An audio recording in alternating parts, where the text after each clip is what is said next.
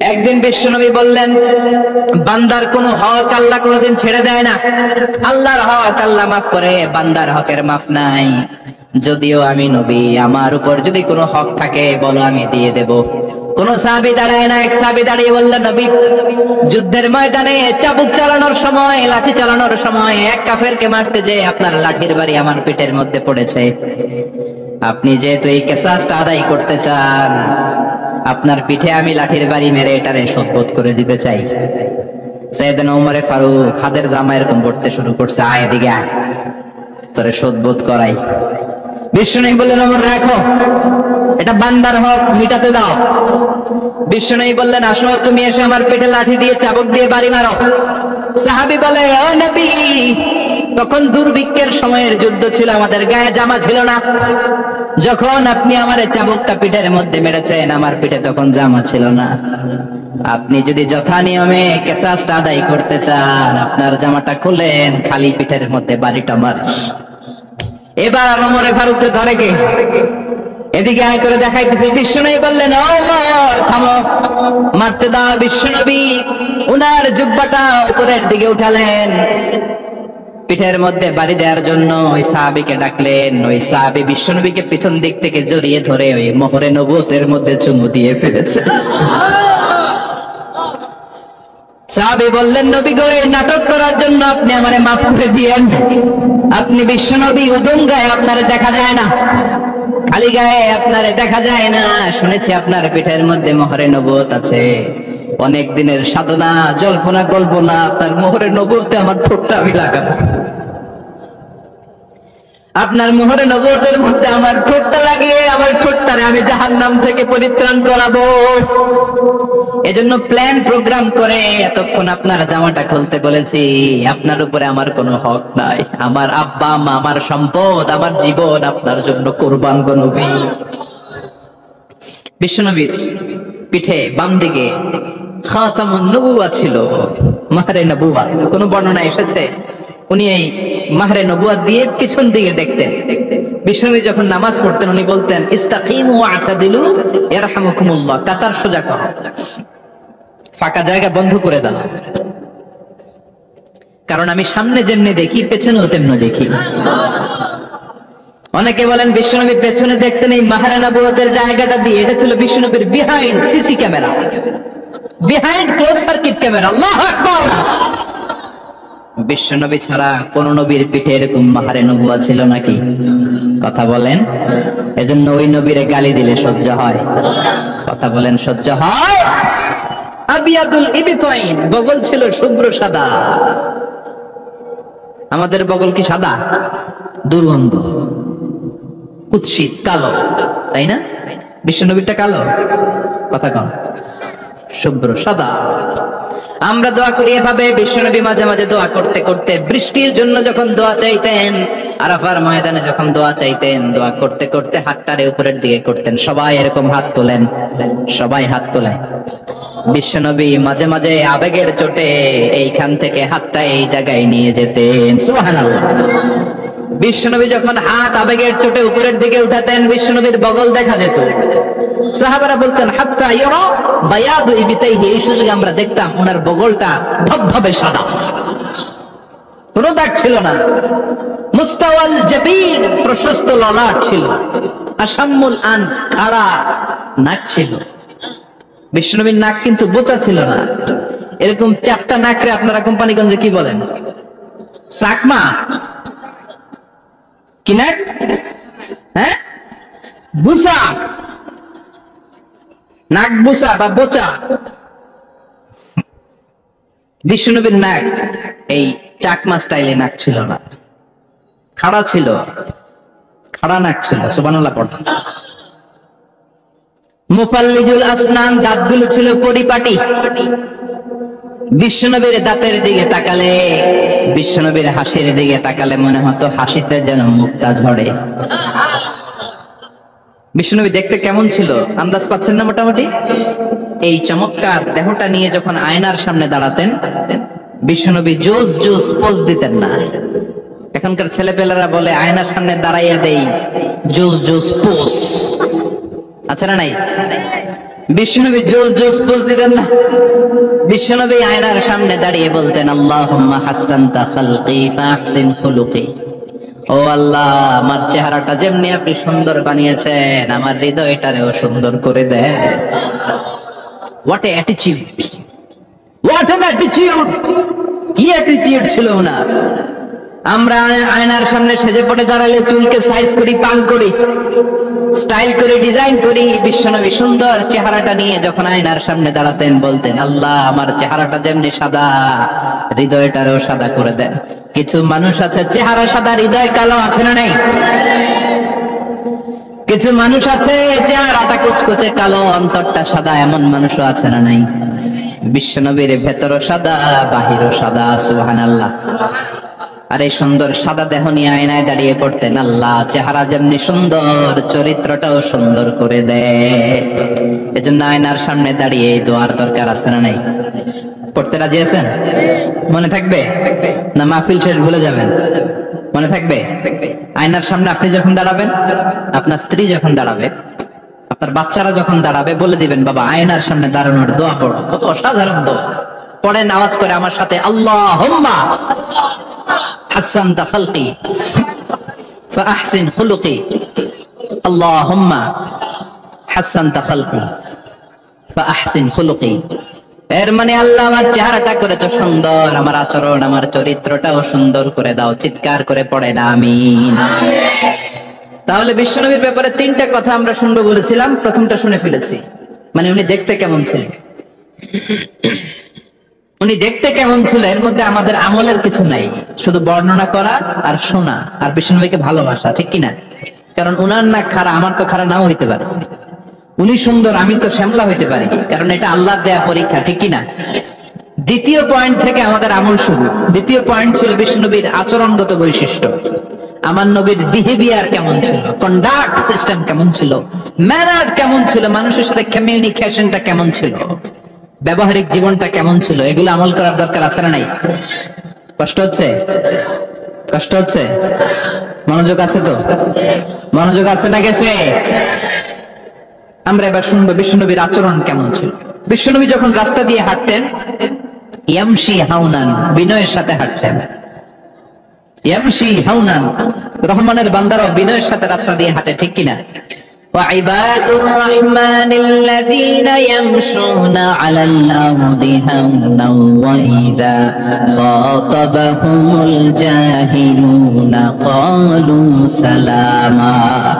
রহমানের বান্দারা যখন রাস্তা দিয়ে হাঁটে, বিনয়ের সাথে হাঁটে, তারা অহংকার প্রদর্শন করে না, মানুষের সাথে বিনয়ের সাথে রাস্তা দিয়ে হাঁটে।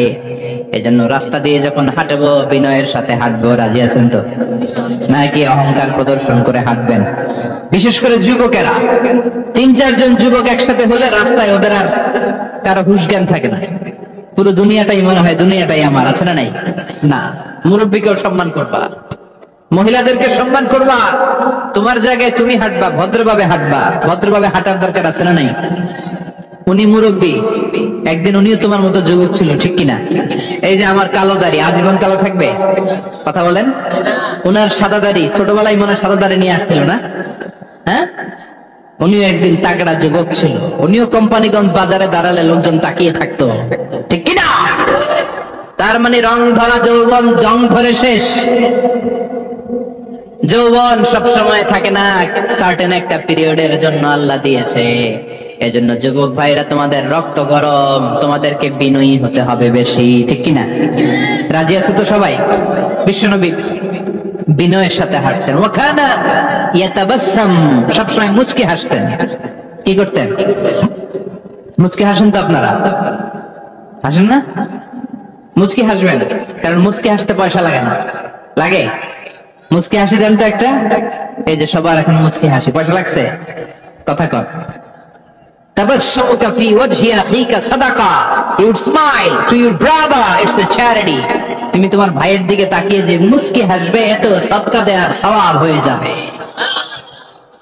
বিশ্বনবী সব সময় মুচকি হাসতেন। হাসি 3 ধরনের, তাবাসসুম, যিহক, কাহকাহা। কাহকাহা মানে অট্ট হাসি, আলিফ লাইলা দত্তরা যেমন হাসি দেয়, ওই হাসি। এটা নামাজের মধ্যে কেউ দিলে নামাজও শেষ, ওযু আর দেখে হালকা আওয়াজে হাসি, সামান্য দাঁত দেখা যায়, মাঝে মাঝে বিশ্বনবী মজা করে এরকম হাসি দিতেন, কিন্তু সব সময় বিশ্বনবীর ঠোঁটের মধ্যে মুচকি হাসি লেগেই থাকতো। তাহলে আমরা বিনয়ের সাথে হাঁটবো, নাম্বার 1। নাম্বার 2, সবসময় মুচকি হাসবো। রাজি আছেন? ঘরে যেই স্ত্রীকে একটা মুচকি হাসি দিবেন, আজকে রাতেই দিবেন, যেই একটা মুচকি হাসি। রাজি আছেন? হ্যাঁ, ভালোবাসা বাড়াই দিবে কে? কথা কয় না।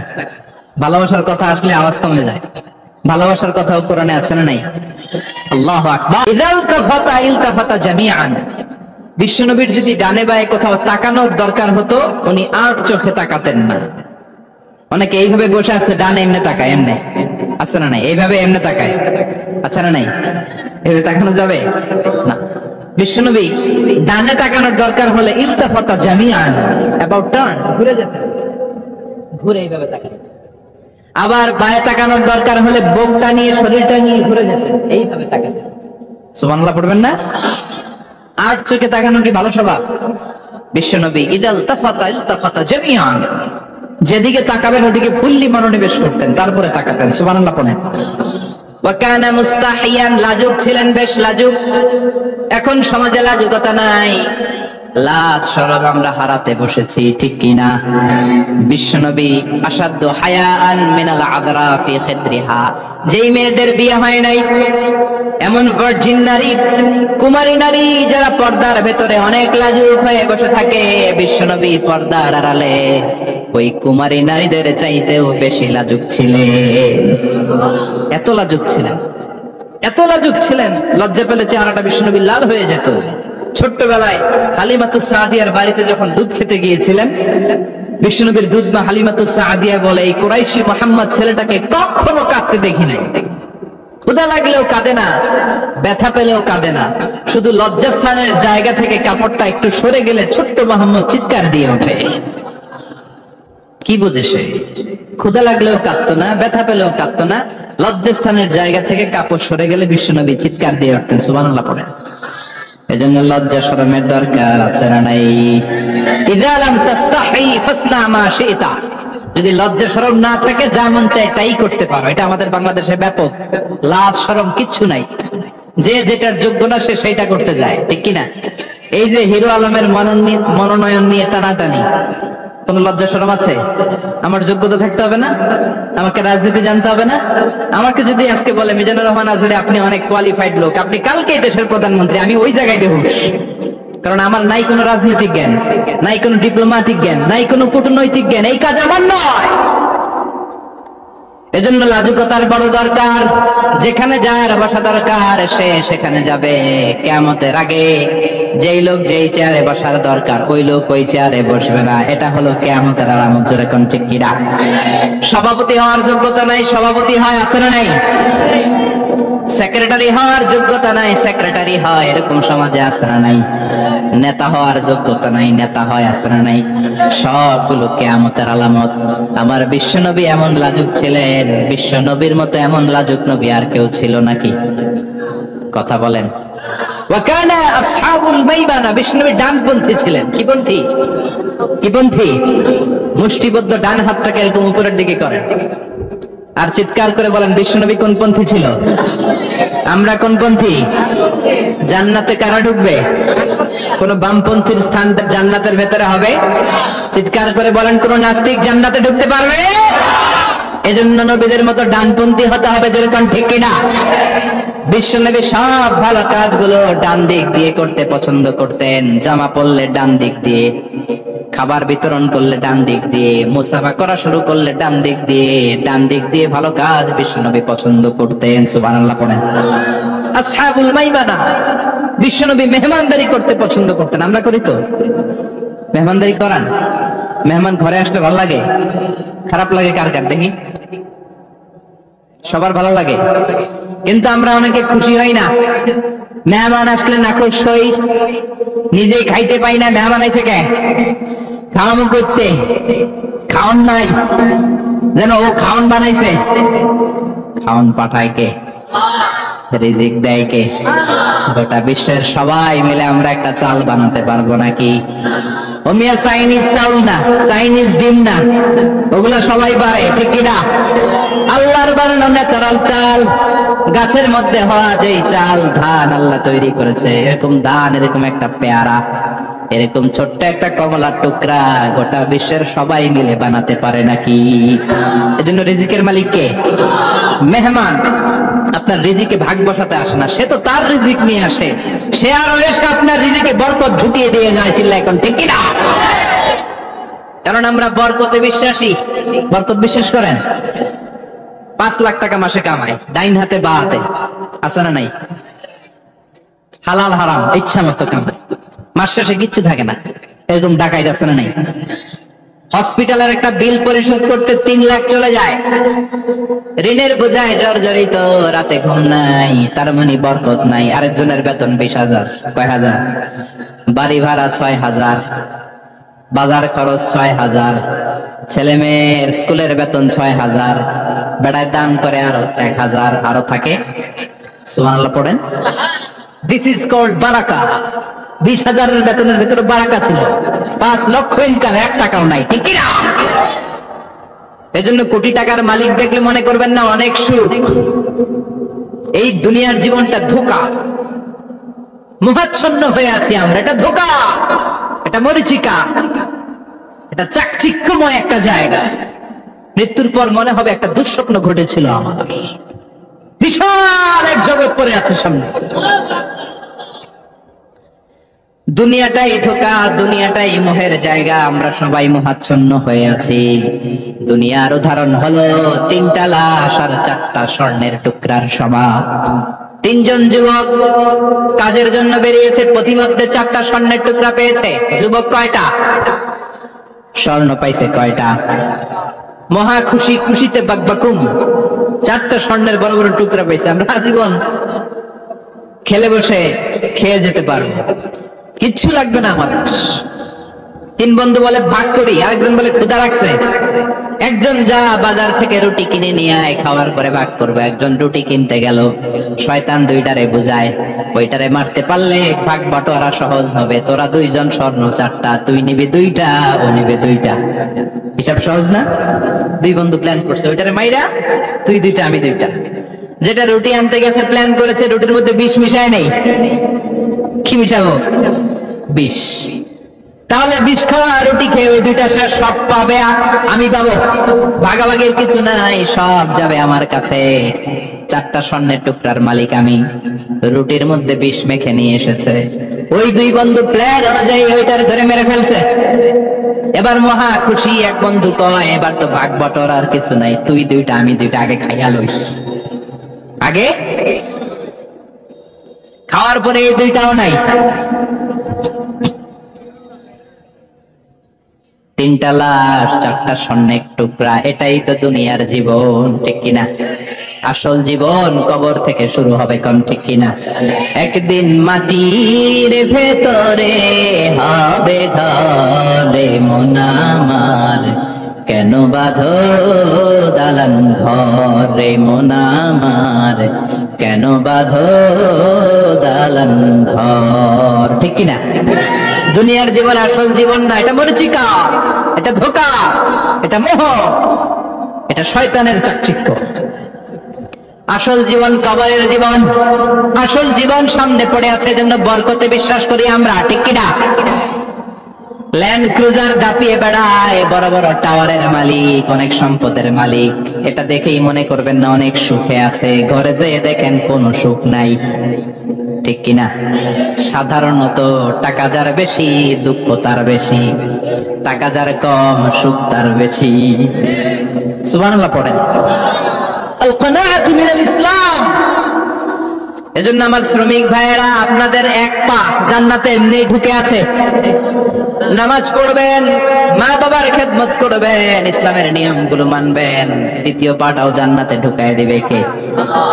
আর যারা কোটি কোটি টাকার পাহাড় বানিয়েছে, ওদের হিসাবের ফিরিস্তি অনেক বড়। বিশাল বাড়ির মালিক, ল্যান্ড ক্রুজার চালায়, সাবরোলেট চালায়, পোরশে, ফারারি, ল্যাম্বরগিনি চালায়, আছে না নাই? ঘরে সুখ নাই, রাতে ঘুম নাই, টেনশন আর টেনশন, 4টা ট্যাবলেট খেয়ে আধা ঘন্টা ঘুমাতে পারে না, এরকম ধনী আছে না নাই? সব ধনীরা আবার এক পাল্লায় মাইপেন না। হালাল পন্থায় মাথার ঘাম পায়ে ফেলে যেই ধনী ব্যবসায়ীরা বড়লোক হয়েছে, ওদের ঘরে ঠিকই শান্তি আছে। তার মানে টাকা যার বেশি, ওষুধ তার বেশি, কিচ্ছু খেতে পারে না। দেখবেন ধনীদের খাবারের ডায়েটে থাকে ভেজিটেবলস আইটেম, ঠিক কিনা? এমনি হজম হয় না, আবার ডাক্তারের কাছে গেলে বলে কিচ্ছু খাবেন না, খালি ঘাস খাবেন। কি খাবেন? মানে ভেজিটেবল খাবেন, সবজি খাবেন তো সুস্থ থাকবেন, আছে না নাই? ঘুম নাই, শান্তি নাই। এই যে কোম্পানিগঞ্জ বাজারের যারা কুলি মজুর শ্রমিক, এদের ঘুমে ঝামেলা আছে? কথা বলেন। ধনী পয়সাওয়ালা কোটিপতি সে ঘুমের ট্যাবলেট খায়, ঘুমের জন্য যে ট্যাবলেট লাগে রিক্সাওয়ালা ওইটাই জানে না, ঠিক কিনা? 1000 কোটি টাকার মালিক হলে বাড়ি কিনা যায়, গাড়ি কিনা যায়, সুখ কিনা যায় না। কোম্পানিগঞ্জ বাজারে সুখ বিক্রি হয় এমন দোকান আছে নাকি? কথা কোন? একটাও নাই। কি করলেন আপনারা? সুখের দোকান দিতে পারলেন না? কি আজীব তামাশা! টাকা দিয়ে সুখ কিনা যায় না, গাড়ি কিনা যায়, বাড়ি কিনা যায়, কিন্তু সুখ নো ওয়ে, কেনা যায় না। টাকা হলে জাজিম কিনা যায়, বালিশ কিনা যায়, ঘুম কিনা যায় না। ঘুম কিনা যায়? ফার্মেসিতে ডাক্তারের কাছে যে যদি বলেন 2000 টাকার ঘুম দেন, দিবে? ডাক্তার কি বলবে? ধুর মিয়া, আমারই ঘুম আসে না, তোমারে আমি ঘুম বিক্রি করুন। আচ্ছা না নাই? শ্রমিক ভাই, রিক্সাওয়ালাদের ঘুমের ঝামেলা নাই, যেখানে রাইট ওইখানে, যেখানে রাইট ওইখানেই কাই। ওর মাথা লাগতে দেরি বিছানায়, নাক ডাকতে দেরি হয়, ওর নাকের ডাকের আওয়াজে ট্রাকের ইঞ্জিনও ফেল, ঠিক কিনা? এজন্য আমরা বরকতে বিশ্বাসী। অল্প খাবো, অল্প পড়বো, অল্প জমাবো, অল্পের ভেতরে বরকত দিয়েছে কে?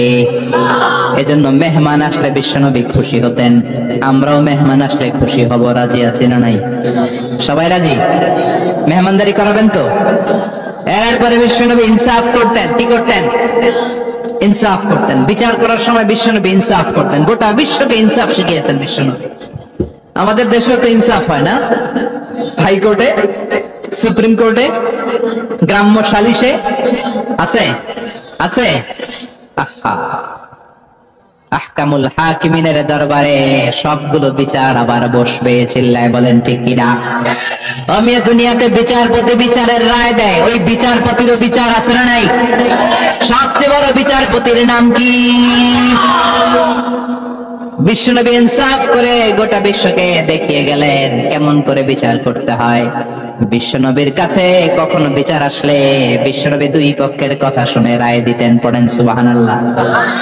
সব সময় দুই পক্ষের কথা শুনে রায়। এখন কি দুই পক্ষকে সমান প্রিভিলেজ দেয়া হয়? কথা বলেন। কারণ কোরআন দিয়ে বিচার হয় না। কোরআন দিয়ে বিচার হোক আমরা চাই কি চাই না? আমার সংসদ ভবনের ভেতরে কোরআনের আইন দিয়ে সংসদ ভবন কায়েম হোক আমরা চাই কি চাই না? সেনাবাহিনীর ভেতরে দরবার হলগুলোতে যখন আলোচনা বসে কোরআন মাঝখানে থাকবে, চিল্লায় বলেন ঠিক কিনা? দেশের সবগুলো ক্যান্টনমেন্টের ভেতরে কোরআন থাকার দরকার আছে না নাই?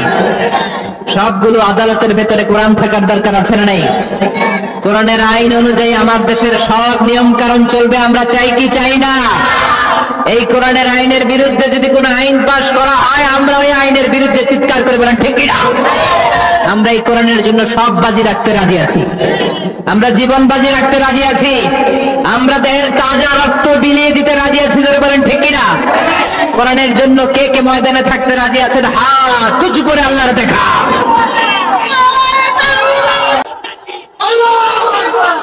আল্লাহ কোরআনের জন্য যে ভালোবাসাটাকে তুমি কবুল করো। আমরা যেন দেখে যেতে পারি যে এই দেশে কালেমার পতাকা পতপত করে উড়েছে।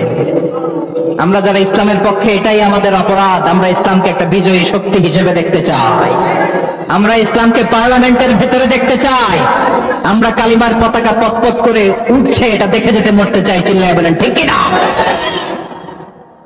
বিশ্বনবী ইনসাফ শিখালেন। বিচার আসলে দুই পক্ষের কথা শুনতেন। বিশ্বনবীর স্ত্রী সাউদা এসে বলে, নবী আমি আপনার কুমারী বউ আয়েশার ঘরে তরকারি নিয়ে গিয়েছিলাম, ঝোল নিয়ে গিয়েছিলাম, কোন বর্ণনায় পায়েস নিয়ে গিয়েছিলাম। তরকারি দেওয়ার পরে আপনার স্ত্রী রেগে বলে, তরকারি দিলা কেন? আমি কি তরকারি রাঁধতে পারি না? আনলা কেন? রাগের চোটে তরকারির ঝোল নিয়ে পায়েস নিয়ে আমার গালের মধ্যে মাখিয়ে দিয়েছে আপনার বউ। আপনি তো শ্রেষ্ঠ বিচারক, নবী বিচার করে দেন। দুই বউয়ের মধ্যে ঝগড়া আছে না নাই? বিশ্বনবী সাউদার কথা শুনলেন, মা আয়েশাকে ডেকে পাঠালেন। মা আয়েশারে বললেন, ও আয়েশা, আসলে এমনটা করেছো নাকি? মা আয়েশা বলে, নবী, তখন আমার মেজাজটা বড্ড গরম ছিল, রাগের মাথায় ঝোল নিয়ে আমি সাউদার মুখে লাগিয়ে দিয়েছি। আসলে কাজটা কথা শুনে রায় দেয় নাই, ঠিক কিনা? দুইজনের কথা শুনে বিশ্বনবী বললেন, আমার আদালতের রায় হচ্ছে কিসাস, টিট ফর ট্যাট। যেমন করেছো তেমন, ঘুষি মারলে ঘুষি, গুতা মারলে গুতা, ঠেলা মারলে ঠেলা, আচ্ছা না নাই? সাউদাকে যেমনি তুমি পায়েস মাখিয়ে দিয়েছ, সাউদাও পায়েসের বাটি থেকে কিছু পায়েস নিয়ে আয়েশার গালে মাখো। সুবহানাল্লাহ পড়েন। সাউদাও বিশ্বনবীর রায় অনুযায়ী বাটি থেকে পায়েসের ঝোল নিয়ে মা আয়েশার গালের মধ্যে মেখে দিলেন। মা আয়েশা কি আর করবেন, হেসে দিলেন। সাইয়েদাতুনা সাউদাও হাসলেন, বিশ্বনবীও হাসলেন। আরশের উপর থেকে খুশি হয়ে গেল কে? এজন্য কোরআন দিয়ে যদি, কোরআনের নিয়ম দিয়ে যদি, বিশ্বনবীর শেখানো পন্থায় যদি বিচার হয়, ওই বিচারের মধ্যে ইনসাফ থাকবে, জুলুম থাকবে না। ওই বিচারের মধ্যে কোনো স্কাইপি কেলেঙ্কারি হবে না। আমাদের টেলিফোনের ফোনালা ফাঁস হয়ে যায়, স্কাইপি ফাঁস হয়ে যায়, অনেক ঝামেলা হয়ে যায়, আছে না নাই? এরপরেও জনগণের চোখ খোলে না। আল্লাহ তুমি চোখ খোলার তৌফিক দাও, সহি সমাজ দান করো, পড়ে না আমিন। বিশ্বনবী ইনসাফ করতেন। বনু মাখজুমিয়া গোত্রের এক মহিলা চুরিতে ধরা পড়ল। কিসে ধরা পড়ল? কথা বলেন। চুরিতে। চুরি করলে নিয়ম কি? লাউ চুরি করলে, আম চুরি করলে, কলা চুরি করলে হাত কাটা যাবে না, এটা বড় চুরি। সুবহানাল্লাহ। ওমরে ফারুক বলেছেন, দুর্ভিক্ষের বছর কেউ যদি চুরি করে তার হাত কেটে দেয়া যাবে না, কারণ এটা অভাবের চুরি, এটা স্বভাবের চুরি না, ঠিক কিনা? ঘরে খাবার নাই, পেটে দানা পানি নাই, লাউ চুরি করছে, মুরগি চুরি করছে, এই চোরের হাত কেটে দিও না, কারণ সে ক্ষুধার্ত। পেটে খাবার আছে, গায়ে জামা আছে, সমাজে সম্মান আছে, তারপরেও পুরো দেশটা খেয়ে ফেলতে চায়, এরকম ডাকাত আছে না নাই? দেশের টাকা পাচার করে, ব্ল্যাক মানি করে, এরকম ডাকাত আছে না নাই? ঘুষ খেতে খেতে পেটটা এরকম হাতির মতো মোটা করেছে, এরকম ডাকাত আছে না নাই? দেশের সবকিছু লুণ্ঠন করে, এরকম আছে না নাই? এই ডাকাতদের হাত কাটার মধ্য দিয়ে হাত কাটার প্রোগ্রাম শুরু করতে হবে। এরকম একটা ডাকাতের হাত কেটে যদি দেশের গভর্নমেন্ট বাইতুল মোকাররমে জুমার নামাজের সামনে লাইভ সম্প্রচার করে, সারা বাংলাদেশের 18 কোটি মানুষ যদি দেখে, আর কেউ চুরি করবে? চুরি করার আগে 3 বার লাভ দিবে, যেরকম, ঠিক কিনা? বনু মাখজুমিয়া গোত্রের এক নারী চুরিতে ধরা পড়ল।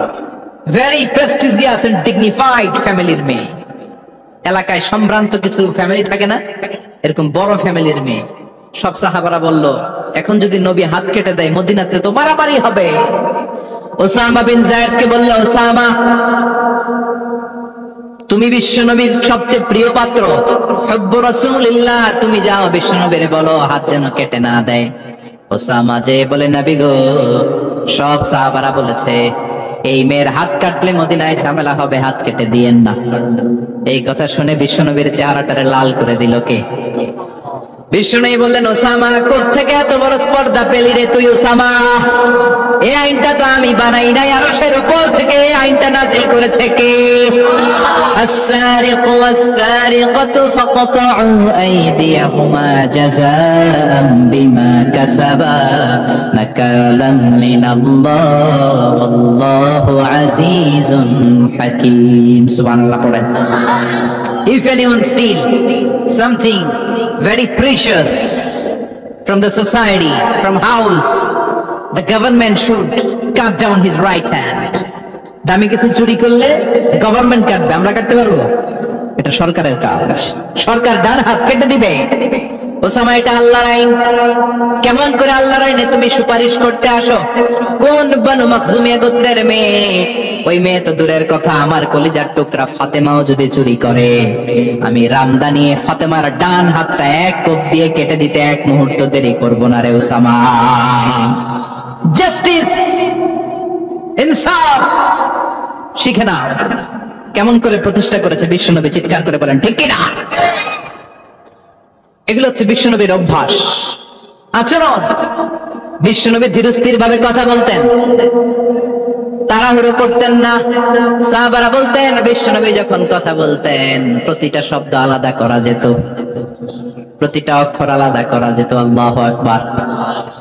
আবার জরুরি কোনো কথা যখন বিশ্বনবী বলতেন ওইটাকে 3 বার বিশ্বনবী রিপিট করতেন। কয়বার? কারণ জরুরি। কারণ কি? যেন না ভুলে যায়, ভুল যেন না হয় 3 বার বলতেন। বিশ্বনবী একবার তাকওয়া নিয়ে ওয়াজ করতেছিলেন আর বলছিলেন তাকওয়া হা হুনা হা হুনা হা হুনা, তাকওয়া এইখানে এইখানে এইখানে। কয়বার বললেন? কারণ তাকওয়ার ওয়াজ কি কম গুরুত্বপূর্ণ নাকি বেশি গুরুত্বপূর্ণ? তাকওয়া মানে কার ভয়? যাদের হৃদয়ে আছে আল্লাহর ভয় তারা কবু পথ ভুলে যায় না। আল্লাহর প্রেম ছাড়া এই দুনিয়া কারো কাছে কোনো কিছু চায় না, ঠিক না? যাদের হৃদয়ে আছে আল্লাহর ভয় তারা কবু পথ ভুলে যায় না। আল্লাহর প্রেম ছাড়া এই দুনিয়া কারো কাছে কোনো কিছু চায় না। রাতের আধারে যারা সেজদাতে রয় দু চোখের শ্রুতে নদী যেন বয়। রাতের আধারে যারা সেজদাতে রয় দু চোখের শ্রুতে নদী যেন বয়। ছলনার হাতছানি যতই ডাকুক, ছলনার হাতছানি যতই ডাকুক পেছনে ফিরেও সে তাকায় না। যাদের হৃদয়ে আছে আল্লাহর ভয় তারা কবু পথ ভুলে যায় না। আল্লাহর প্রেম ছাড়া এই দুনিয়া কারো কাছে কোনো কিছু চায় না। চিৎকার করে বলেন ঠিক কিনা? তাকওয়ার ওয়াজ করলেন, তাকওয়া মানে আল্লাহর ভয়। বিষ্ণুই বললেন তাকওয়া হা হুনা, তাকওয়া হা হুনা, তাকওয়া হা হুনা। তাকওয়া এই জায়গায়, তাকওয়া এই জায়গায়, তাকওয়া এই জায়গায়। যেহেতু এটা গুরুত্বপূর্ণ বিষ্ণুনবী 3 বার ইঙ্গিত করে বলেছেন। সুবহানাল্লাহ। বিষ্ণুই বলেন না তাকওয়া হা হুনা, তাকওয়া এইটা। বলেন না তাকওয়া হা হুনা, তাকওয়া এইটা। বলেন না তাকওয়া হা হুনা, তাকওয়া এইটা। জুব্বায় তাকওয়া, দাড়িতে তাকওয়া, টুপিতে তাকওয়া বলে নাই। তাকওয়ার আসল জায়গা হলো হৃদয়। এজন্য যাদের হৃদয়ে আল্লাহর ভয় আছে তারা কোনোদিন পথ হারাতে পারে, তাদেরকে সিরাতুল মুস্তাকিমের উপর দায়েম রাখে কে? কি সুন্দর অভ্যাস ছিল বিশ্বনবী, মানার দরকার আছে না নাই? বিশ্বনবীর আরেকটা অভ্যাস ছিল, বাসি খাবার খেতেন না, জানেন? বাসি খেতেন না, অল্প খেতেন কিন্তু যেটা খেতেন ভালোটা খেতেন। অল্প খেতেন কিন্তু যেটা খেতেন ভালো খেতেন। মধু খেতে পছন্দ করতেন কিন্তু মধুর মধ্যে দুর্গন্ধওয়ালা একটা মধু আছে না, মাগাফির। বুখারীতে লম্বা ঘটনা, ওইদিকে যাবেন না। এই মাগাফিরের মধু উনি খেতে চাইতেন না। ভালো সুগন্ধিওয়ালা মধু তিনি বিশ্বনবী খেতে পছন্দ করতেন। বিশ্বনবীর খাবারের তালিকায় সবচেয়ে পছন্দনীয় তালিকায় ছিল এই মধু। মধু খেতেন, দুধ খেতেন, খেজুর খেতেন, জব খেতেন, বার্লি খেতেন, ছাগলের বাজুর মাংস খেতে পছন্দ করতেন, সিনার মাংস। সুবহানাল্লাহ কইবেন না? What a choice! কি চয়েস ছিল বিশ্বনবী! বাজুর মাংস খেতেন। বিশ্বনবী লাউ খেতে পছন্দ করতেন, লাউ। রুম্মান ফল খেতে পছন্দ করতেন, রুম্মান মানে ডালিম। রুম্মান মানে কি? ডালিম খেতে পছন্দ করতেন। মাশরুম খেতে পছন্দ করতেন। সুবহানাল্লাহ পড়েন। মাশরুমের স্যুপ পাওয়া যায় না রেস্টুরেন্টে? বিশ্বনবী বলতেন আল কামআতু মিনাল মান্নি ওয়া মাউহা শিফাউন লিল আইন। এই কামআ মানে মাশরুম, ব্যাঙের ছাতা, এটা হলো মান্না সালোয়ার মতো দামি খাবার। আর এই মাশরুমের স্যুপ চোখের জন্য মহৌষধ। যাদের রাত কানা দিন কানা আছে মাশরুমের স্যুপ খান, চোখ ভালো করে দিবে কে? এজন্য বিশ্বনবী যেগুলো খেত এগুলো খাওয়ার দরকার আছে না নাই? বিশ্বনবীর যে সুন্দর চরিত্র ছিল, আচরণ ছিল, এগুলো পালনের দরকার আছে না নাই? তাহলে বিশ্বনবীর 3টা কথা বলবো বলেছিলাম। প্রথম কথা ছিল দেখতে কেমন ছিল, অনেক কথা এত বলা যাবে না, সংক্ষেপে বললাম যে বিশ্বনবীর আচরণ কেমন ছিল। এখন শুনবো, শেষ কথা বলে যাই, বিশ্বনবীর ইন্টেলেকচুয়াল পাওয়ার কেমন ছিল, ওনার বুদ্ধিমত্তা কেমন ছিল। Our beloved Prophet Muhammad, the last messenger, was a very good mediator. বিশ্বনবী ভালো মিডিয়েটর ছিলেন, বিশ্বনবী ভালো মধ্যস্থতাকারী ছিলেন। ঝগড়া লাগলে মিলাই দিতে পারতেন চমৎকার। সুবহানাল্লাহ বাড়িতে যায় জিমায় পড়ছেন, কষ্ট হচ্ছে, আর কয়েক মিনিট পড়বো, একটা তাকবীর দেন, লিল্লাহি তাকবীর। He was a very good mediator, মধ্যস্থতাকারী ব্যক্তিত্ব ছিলেন। স্বামী স্ত্রীর মধ্যে ঝগড়া লাগলে মিলাইয়া দিতেন, বন্ধু বন্ধু ঝগড়া মিলাইয়া দিতেন, সমাজে সমাজে মারামারি মিলাইয়া দিতেন। মক্কা থেকে মদিনায় যখন গেলেন, মদিনায় 120 বছরের একটা যুদ্ধ চলছিল, কেউ যুদ্ধটা থামাতে পারে না। বিশ্বনবী 7 দিনের ব্যবধানে যুদ্ধ থামিয়ে দিলে। Intellectual capacity, very good mediator. এজন্য বিশ্বনবীর উম্মত যারা, তাদের অভ্যাস হবে ঝগড়া লাগায় দেওয়া যাবে না, মিলায় দিতে হবে, ঠিক কিনা? আমরা যদি ঝগড়া দেখি দূর থেকে আরো লাগায় দিতে চাই, আছে না নাই? কোম্পানিগঞ্জ বাজারে ঝগড়া, কয় লাগুক আরো লাগুক, ধরবি না, থামাবি না, দূর থেকে মজা দেখি, মজাই লাগে, এরকম ডাকাইত আছে না নাই? আগুন লাগলে পানি দিয়ে নেবায়, অনেকে তেল ঢালে, আছে না নাই? কি করবেন? মিলিয়ে দিবেন। আপনার মর্যাদা বাড়িয়ে দিবে কে?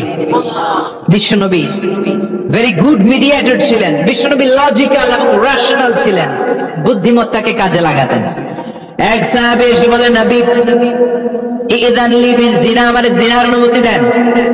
কিসের অনুমতি? কার কাছে অনুমতি চাইলো? অন্যান্য সাহাবারা এই যুবক ছেলেটাকে ধমকাতে লাগলো, বসো, এই মিয়া বসো, বিশ্বনবীর কাছে কি কথা বলে এগুলা? ওই যুবক বসে রইল। বিশ্বনবী কাজ সারলেন, এরপর বললেন, আইনা শাবাব, ওই যুবকটা কোথায়, এদিকে আসো, কি চাইছো বলো। কয়, বিশ্বনবী আপনি আমারে জিনা করার অনুমতি দেন। বিশ্বনবী যুবকটারে কাছে ডেকে আনলেন, বললেন, ও যুবক, তোমার ঘরে বোন আছে কিনা? কয় আছে। তোমার বোনের সাথে কোন পুরুষ জিনা করুক, তোমার কেমন লাগবে? সে বলে, আমি এই পুরুষটারে হত্যা করব। হত্যা করবা? ওকে, ডান। তোমার ঘরে মা আছে কিনা? আছে। তোমার মায়ের সাথে পর পুরুষ জিনা করবে, কেমন লাগবে? আমি সাইজ করবো। আরে, তোমার ঘরে স্ত্রী আছে কিনা? আছে। তোমার স্ত্রীর সাথে যদি কেউ জিনা করে কেমন লাগবে? বলে, আমি তারে ছাড়বো না। বিশ্বনবী বললেন, তাহলে যেই মহিলার সাথে তুমি জিনা করবা, সেও তো কারো বোন, সেও তো কারো স্ত্রী, সেও তো কারো মা, ঠিক কিনা? সুবহানাল্লাহ, হোয়াট এন ইন্টেলেকচুয়াল ক্যাপাসিটি। যুবক বলে, তাই তো, এভাবে তো ভাবি নাই। আমি যার সাথে পাপ করব সেও তো কারো বোন হবে, সেও তো কারো মা হবে, সেও তো কারো স্ত্রী হবে। ও নবী, আপনি আমারে মাফ করে দেন, আমার জন্য দোয়া করে দেন, যেন তাকওয়ার উপর জীবন প্রতিষ্ঠা করতে পারি। লজিক্যালি জিনিসকে সলভ করার চেষ্টা করতেন। মুআয ইবনে জাবালকে বিশ্বনবী সাল্লাল্লাহু আলাইহি ওয়াসাল্লাম ইমাম বানিয়ে পাঠালেন। উনি ইমামতি করতে গেলেন এক মসজিদে। মাগরিবের সালাতে উনি লম্বা কেরাত ধরলেন। এশার নামাজ শুরু করলেন সূরা বাকারা দিয়ে, কোরআনের সবচেয়ে ছোট সূরা। হ্যাঁ, বড়? কত বড়? বিশাল বড়। এখন ওই এলাকার মুসল্লিরা ছিল কৃষক মুসল্লি। এক কৃষক মুসল্লি সাহাবী নামাজের পেছনে দাঁড়ালেন, দেখলেন বাকারা দিয়ে ধরছে, কেরাত শেষ হয় না, আর দাঁড়িয়ে থাকতে পারে না, পায়ে ব্যথা করে, পিঠে ব্যথা করে। কিছুক্ষণ পর রেগে মেগে নামাজ ছেড়ে দিয়ে বারান্দায় নামাজ পড়ে বিশ্বনবীর কাছে বিচার দিতে গেলেন। যে বললেন, নবী এমন ইমাম পাঠাইছেন এসা পরে বাকারা দিয়া। বিশ্বনবীকে সর্বনাশ, মুআয তো ভেজাল লাগাই ফেলতেছে। ডেকে পাঠালেন, সহিহ বুখারীর বর্ণনা। বিশ্বনবী বললেন, মুআয, what are you doing there? কি করছো তুমি সেখানে? আফাতানুন আনতা ইয়া মুআয, ও মুআয, তুমি কি ফিতনা বাজাও নাকি? তুমি কি ফিতনা ছড়াচ্ছ নাকি? খেটে খাওয়া মানুষ, কৃষক মানুষ, মাঝারি সাইজের কত সুন্দর সূরা আছে, ওয়াদ-দুহা ওয়াল-লাইলি ইযা সাজা, আল-কারিআতু মাল-কারিআ, আসনা নাই, আলহাকুমুত তাকাসুর, আসনা নাই, এগুলো দিয়ে না পরে বড় বড় সূরাতুল্লাহ কেন্দ্রে মুআজ আফতানুন আনতা ইয়া মুআজ, তোমারে কি আমি অ্যাপয়েন্টমেন্ট দিছি তুমি ফিতনা বাজাবা? খবরদার মুআজ, ইয়াসসিরু ওয়ালা তুআসসিরু, ইসলামকে মানুষের কাছে সহজ করে উপস্থাপন করবা। বাশশিরু ওয়ালা তুনাফিরু, ইসলামকে এমন ভাবে উপস্থাপন করবা না যে তোমার কথা শুনে মানুষ দিন থেকে ভেগে ভেগে যায়। তাহলে এই দায়ভার ইসলামের নয়, এই দায়ভার বর্তাবে তোমার কাঁধের উপর। চিৎকার করে বলেন ঠিক কিনা? আমাদের মধ্যে অনেকে ইসলামকে অনেক কঠিন করে ফেলে, মানুষকে আশার বাণী শোনায় না। তো এমনি না করলে আপনার বাদ, আপনি বেদাত করছেন, আপনি শিরক করছেন, আপনার কিচ্ছু হবে না। যারে বলে কিচ্ছু হবে না, সে বলে আমার যেহেতু কিচ্ছু হবে না, তোর কথা শোনার আমার দরকার নাই। যে আমারে আশার বাণী শোনায় আমি তার কাছে যাই, ঠিক কিনা? এজন্য সহিহ ইসলাম আপনি প্রচার করবেন, but your approach should be very flexible. 100 বছর যেটা চালু আছে আপনি একদিনই উঠিয়ে দিতে পারবেন? It's not a logical approach. বিশ্বনবীর অ্যাপ্রোচ, বিশ্বনবীর রেশনাল ক্যাপাসিটি এমনটা ছিল না। সহজ ভাবে বুঝাবেন, আদ-দীন ইউসরুন লা উসরা ফি, দিনটা হলো সহজ, দিনের মধ্যে কাঠিন্যতা নাই। সুবহানাল্লাহ, কি ক্যাপাসিটি! আমি যেমনি আপনাদেরকে নিয়ে বসে ওয়াজ করতেছি, বিশ্বনবী ওয়াজ করতেন, তবে সংক্ষিপ্ত ওয়াজ। আমরা আধা ঘন্টা করে যদি রাখতে চাই, হুজুর আরো আধা ঘন্টা করেন। তো আরো আধ ঘন্টা করে যদি শেষ করতে চাই, হুজুর আর 10 মিনিট করেন। হুজুর ওয়াজ অনেক টেস্ট লাগে, হুজুর নামাজ টেস্ট লাগে না। আচ্ছা না, নাই? ওয়াজ ভাল লাগে, নামাজ ভাল লাগে না, কিন্তু বিশ্বনবীর ওয়াজ ছিল সংক্ষিপ্ত। আর বিশ্বনবী বলতেন, one of the minor sign before the day of judgment, your lecture will be longer, your সালাত উইল বি শর্টার। কিয়ামতের আগে তোমাদের লেকচার, ইসলামী লেকচার লম্বা হবে, নামাজ হয়ে যাবে সংক্ষিপ্ত। এই আলামত সমাজে আছে না নাই? বিশ্বনবী সংক্ষিপ্ত কথা বলতেন, আর ওনার বুদ্ধিবৃত্তিক ক্যাপাসিটি কাজে লাগিয়ে তিনি বুঝাতেন। হাত দিয়ে ইঙ্গিত করতেন, আঙ্গুলের বিভিন্ন ব্যবহার সমাজে আছে না নাই? এরকম করলে এটারে লাইক বলে না, এরকম করলে বলে ডিসলাইক। আবার ক্রিকেটে এরকম করলে কয় ছক্কা, আবার একটা উড়াইলে কয় তুই যা। একটা মানে কি? আবার বিজয় দেখায় কেমনে? কথা কন, ভিক্টরি। আছে না নাই? বিশ্বনবীও এটাকে মডার্ন টিচিং মেথডোলজি বলে। আধুনিক শিক্ষা পদ্ধতিতে এখন দেখবেন যে আগে ব্ল্যাক বোর্ডে লিখতো, এখন হোয়াইট বোর্ডে লিখে মার্কার দিয়ে। আগে বই থেকে বুঝাতো, এখন ভিজুয়ালাইজ করে, ভিডিও দেখিয়ে শেখানো হয়, ঠিক কিনা? বিশ্বনবী এটা করতেন। বিশ্বনবী একবার কিয়ামতের ওয়াজ করছেন, দুইটা আঙ্গুলকে এরকম করে বললেন, আনা বুইসতু আনা ওয়াসসাআতু কাহাতাইন, এই দুইটা আঙ্গুল যেমনি কাছাকাছি, আমি এবং কিয়ামত এরকম কাছাকাছি নাজিল হয়েছি। আমি এবং কিয়ামত এরকম কাছাকাছি। বুইসতু আনা ওয়াসসাআতু কাহাতাইন। আবার বলতেন, আনা ওয়া কাফিলুল ইয়াতীমি কাহাতাইন, আমি এবং ইয়াতীমের রক্ষণাবেক্ষণকারী এই দুইজন জান্নাতের এরকম কাছাকাছি থাকবো। কোন সুবহানাল্লাহ। এরকম আঙ্গুল দিয়ে বিশ্বনবী বোঝাতে চাইতেন। আবার মাটির মধ্যে খেজুর গাছের ডালা দিয়ে লম্বা একটা দাগ টানলেন, ডানে বায়ে অনেকগুলো দাগ টানলেন। সাহাবারা বললেন, এটা কি? বিশ্বনবী বললেন, এই যে দাগটা দেখলা, এই দাগটার নাম হলো সিরাতুল মুস্তাকিম। চিল্লায় বলেন, এই দাগটার নাম কি? সিরাতুল মুস্তাকিম। আর ডানে বায়ে ছোট ছোট যে দাগগুলো দিলাম, এগুলো হলো সুবুরুশ শয়তান, শয়তানের রাস্তা। সিরাতুল মুস্তাকিমে উঠলে শয়তানের রাস্তা থেকে অনেক হাতছানি আছে না নাই? ডানে বায়ে তাকানো যাবে না। সিরাতুল মুস্তাকিমে যে তুমি উঠেছো, চলতে থাকে বা চলা শুরু হলো দুনিয়াতে, শেষ হয়ে যাবে জান্নাতে। বিশ্বনবী মাঝে মাঝে বোঝানোর জন্য প্রশ্ন করতেন, কারণ প্রশ্ন ছুড়ে দিলে মানুষের মধ্যে জানার আগ্রহ বাড়ে না কমে? কথা বলেন। আমি যদি একটা প্রশ্ন করি আর বললাম উত্তর দেন, কেউ পারতেছে না, একটু ঠেকা ঠেকা ভাব, ঠেকে যাচ্ছেন, তখন হুট করে উত্তরটা বললে এটা জীবনে ভুলবেন না, বলবেন? কারণ ওই যে ঠেকছেন, শিখছো কোথায়? ঠেকছি যেথায়, ঠিক কিনা? বিশ্বনবী প্রশ্ন করতেন। বিশ্বনবীর এই প্রশ্নটা বলে শেষ করছি। বিশ্বনবী সাহাবাদের মাঝখানে ওয়াজ করতেছেন আর বলতেছেন, ইন্না মিনাশ শাজারি শাজারা লা ইয়াসকুতু ওয়ারাকুহা মাসালুহু কামাসালিল মুসলিম। বললেন, আমাদের এই ভূখণ্ডে এমন একটা গাছ আছে, যেই গাছের পাতা ঝরে না। এই গাছের দৃষ্টান্ত মুমিনের দৃষ্টান্তের মতো। বলো তো গাছটা কি? কে জানো? কেউ কথা কয় না। কি গাছ? কি গাছ? কেউ কথা কয় না, কেউ বলতে পারে না। কেউ বলে শাজারাতুল বাওয়াদি, ওই ক্যাকটাস গাছ, পাহাড়ি গাছ, ওই গাছ, সেই গাছ, কেউ বলতে পারে না। বিষ্ণু বললেন কেউ পারো নাই, সঠিকটা শুনে নাও, ইন্নাহা নাখলা, এটা খেজুর গাছ। সুবহানাল্লাহ পড়েন। সাহাবীরা ভাবছে এটা তো ঘরের পাশে আছে, এটা মনে করে নাই। সব ঘরের চিপায় আরব দেশে খেজুর গাছ, সাহাবারা ভাবছে এটা তো ঘরের গাছ, এটা মনে হয় জিজ্ঞেস করে না, এই জন্য দূরে দূরে চিন্তা করছে। কোন সুবহানাল্লাহ। সব সাহাবীরা বাড়িতে ফিরে গেলেন। ওমর ফারুক ওনার ছেলে আব্দুল্লাহ ইবনে ওমরও গেল।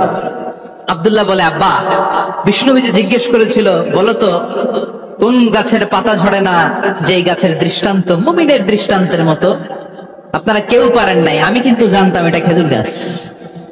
ওমর ফারুক বললেন, বেটা কইলি না কেন? কইতে পারলে নবীর সামনে আমার কলিজাটা এত বড় হয়ে যেত। আমার কলিজার টুকরা ছেলে পেটেছে, কেউ পারে নাই। আব্দুল্লাহ বলে, বাপ চাচা আপনারা কেউ পারেন না, আমি কই কেমনে? শরম লাগছে, শরম। সুবহানাল্লাহ কইবেন না? QA session, questioning answering session করে বিশ্বনবী সাহাবাদেরকে শিখাতে চাইতেন। এজন্য এ নবী এমন নবী যে নবীর পুরো জীবনের প্রতিটি ইঞ্চি ইঞ্চি জায়গাতে আমাদের জন্য শিক্ষা আছে না নাই? এই শিক্ষাগুলো গ্রহণ করতে রাজি আছেন তো? যা শুনলাম আমল করতে রাজি আছেন তো? বিশ্বনবীর জীবনী গ্রন্থ বেশি বেশি স্টাডি করতে রাজি আছেন ইনশাআল্লাহ? 2-4 জন কইছে খালি। সবাই রাজি আছেন তো ইনশাআল্লাহ? যাদের ঘরে বিশ্বনবীর কোন জীবনী নাই, বাংলা অনেক জীবনী গ্রন্থ পাওয়া যায়। কোম্পানিগঞ্জের ইসলামী যে লাইব্রেরি গুলো আছে, সেখান থেকে বিশ্বনবীর জীবনী গ্রন্থ কালেক্ট করে পড়বেন। বিশ্বনবীর জীবনী হচ্ছে আমাদের জন্য মডেল, ঠিক কিনা? এবং এই মডেল অনুযায়ী যদি আমাদের জীবনকে আমরা সাজাতে পারি, জান্নাতের দুয়ার গুলো আমাদের জন্য খোলা রাখবে কে? আল্লাহ আমাদের সবাইকে কথাগুলো বোঝার আমল করার তৌফিক দান করুক। আমরা পড়ি আমিন। কেউ উঠবেন না। যতগুলো কথা বলেছি কোরআন সুন্নাহর আমাকে বলেছি, বানিয়ে কিছু বলি নাই। তারপরেও আমার মনের অজান্তে কোনো মিস ইনফরমেশন যদি আমার মুখ ফসকে বেরিয়ে যায়, সেগুলো যেন আল্লাহ তাআলা আপনাদের স্মৃতিপট থেকে মুছে দেয়। আমরা পড়ি আমিন। সত্য, সুন্দর, কল্যাণকর, হকের পক্ষে যা বললাম তার সবটুকুন আল্লাহ তাআলা প্রথমে আমাকে এবং আপনাদের সবাইকে আমলের তৌফিক দান করে। আমরা পড়ি আমিন।